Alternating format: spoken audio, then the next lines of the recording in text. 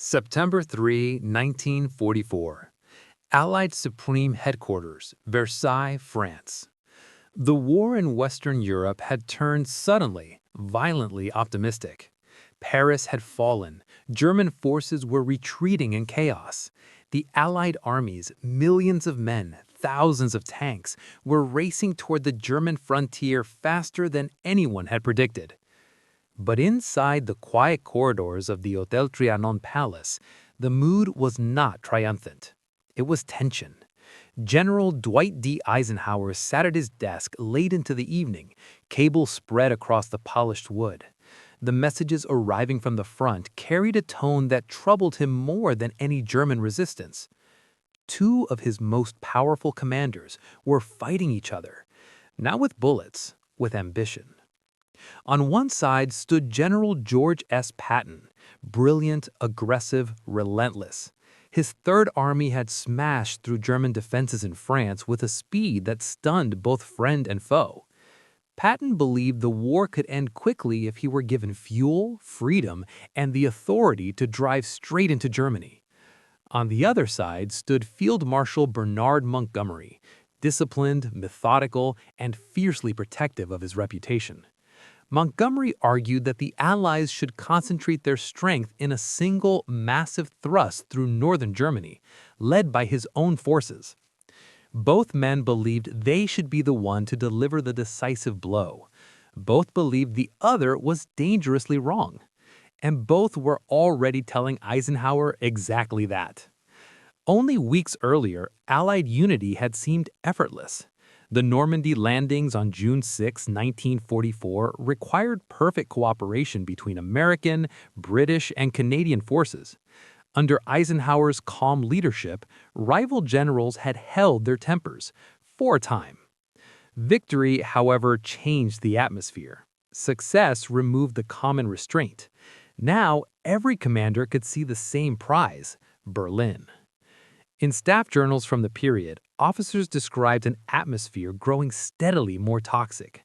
British headquarters accused the Americans of reckless impatience. American commanders quietly mocked Montgomery's caution. Patton, meanwhile, did not bother with restraint. In one staff meeting, he reportedly snapped that Montgomery was trying to win the war with a lecture.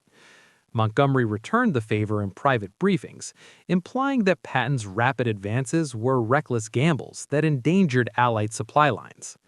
Both men were heroes. Both men were indispensable.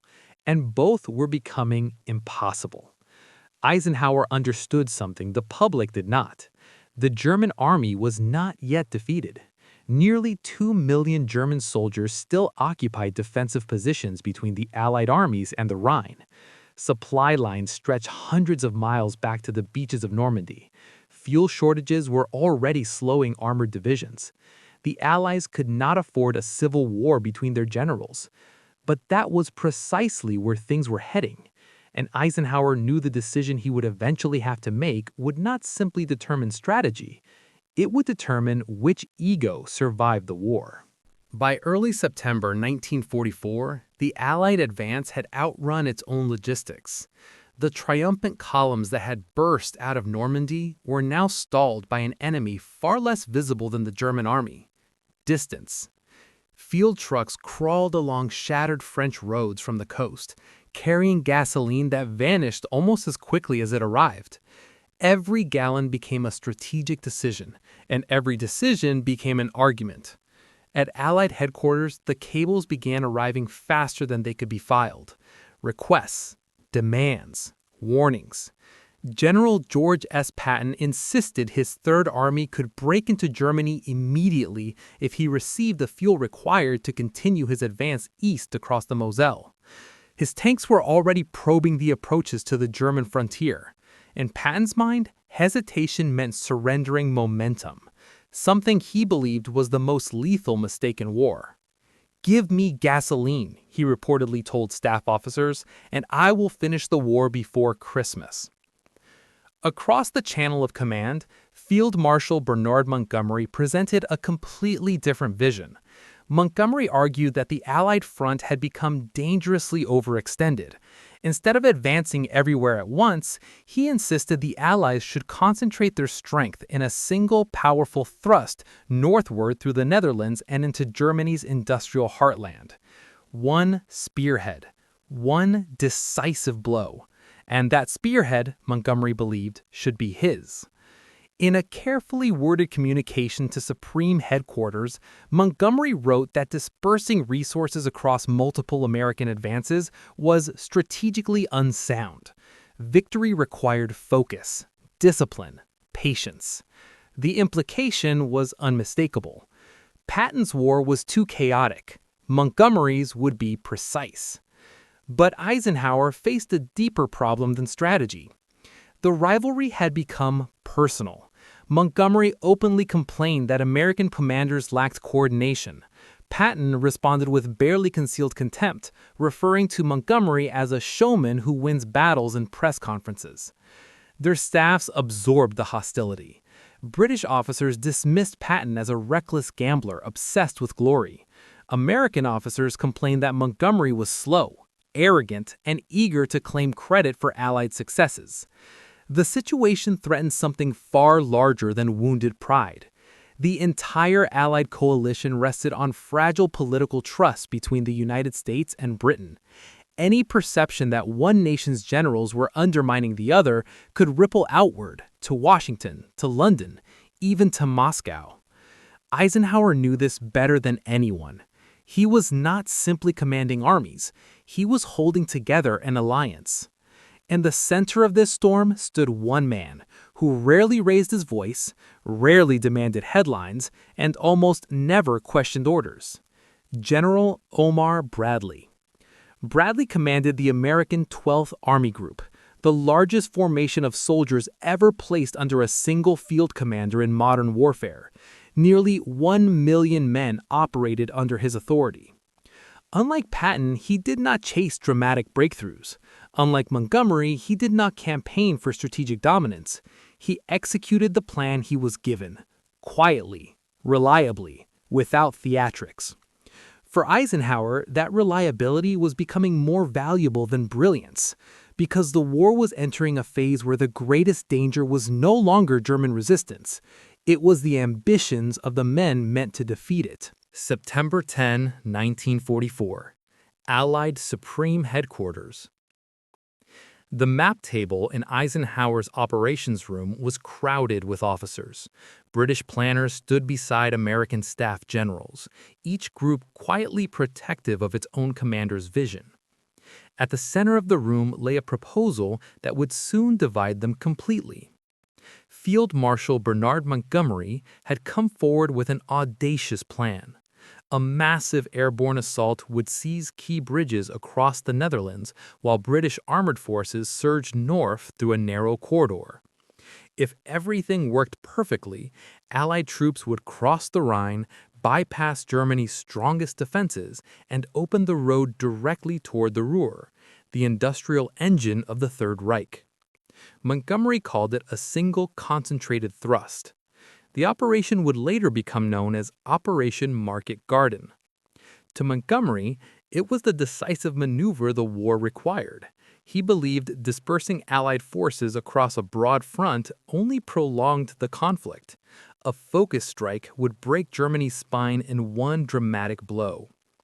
But for others, the plan looked dangerously fragile. General George S. Patton was openly skeptical. His Third Army was already fighting along the Moselle River, grinding through German resistance while begging for fuel that never seemed to arrive. Every gallon redirected northward toward Montgomery meant Patton's advance slowed further. To Patton, the proposal felt like sabotage.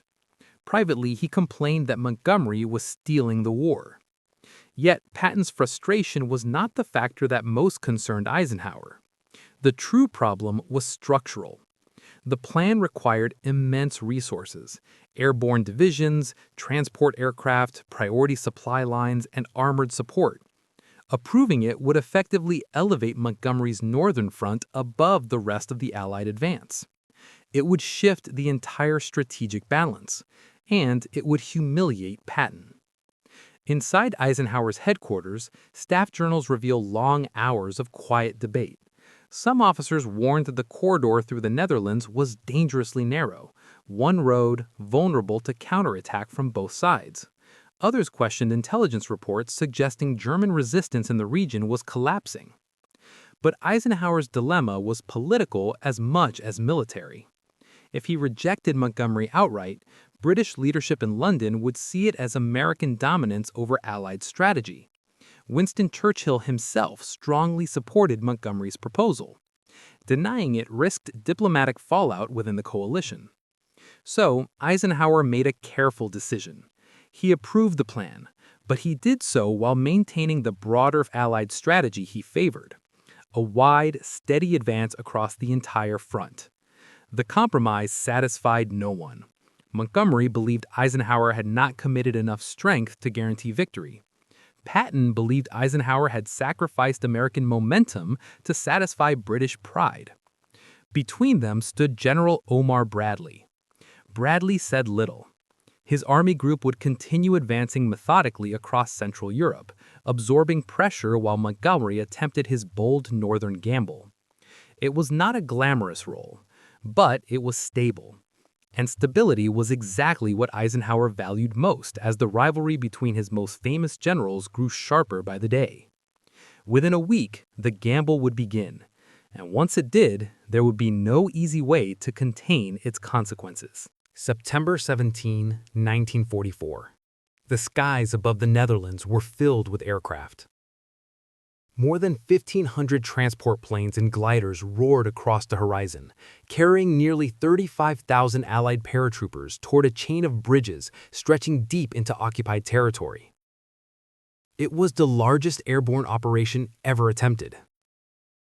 The opening moments of Operation Market Garden looked magnificent.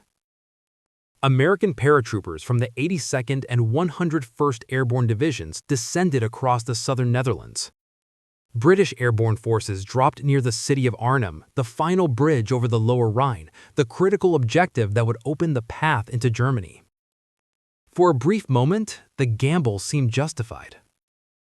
But war does not reward optimism. Within hours, troubling reports reached Allied headquarters. German resistance was far stronger than intelligence had predicted.